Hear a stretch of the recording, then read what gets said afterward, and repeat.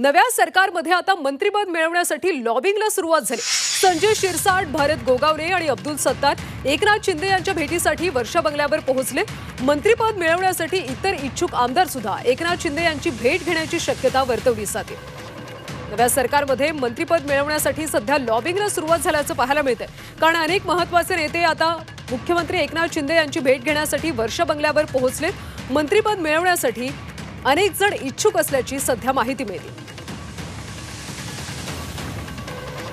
अधिकची माहिती घेऊयात आमचे प्रतिनिधी कपिल राऊत यांच्याकडून। कपिल, सध्या मंत्रिपद मिळवण्यासाठी लॉबिंगला सुरुवात झाल्याची माहिती मिळते। कोणकोणते नेते मंत्रिपदासाठी इच्छुक आहेत?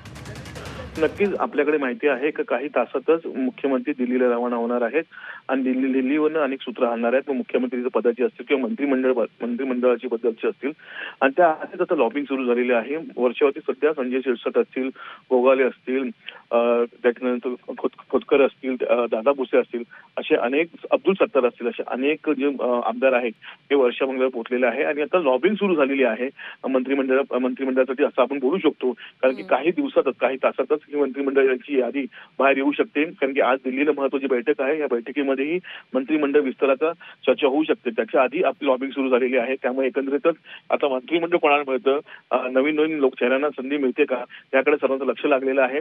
कालच देवेंद्र फडणवीस आणि मुख्यमंत्री एकनाथ शिंदे यांच्यामध्ये रात्री बैठक झालेली आहे।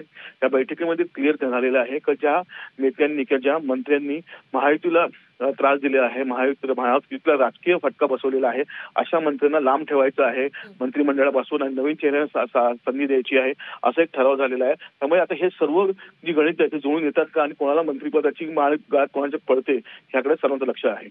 नक्कीच कोणत्या चेहऱ्यांना मंत्रिपदाची आता संधी दिली जाते हे पाहावं लागेल। धन्यवाद कपिल माहितीसाठी।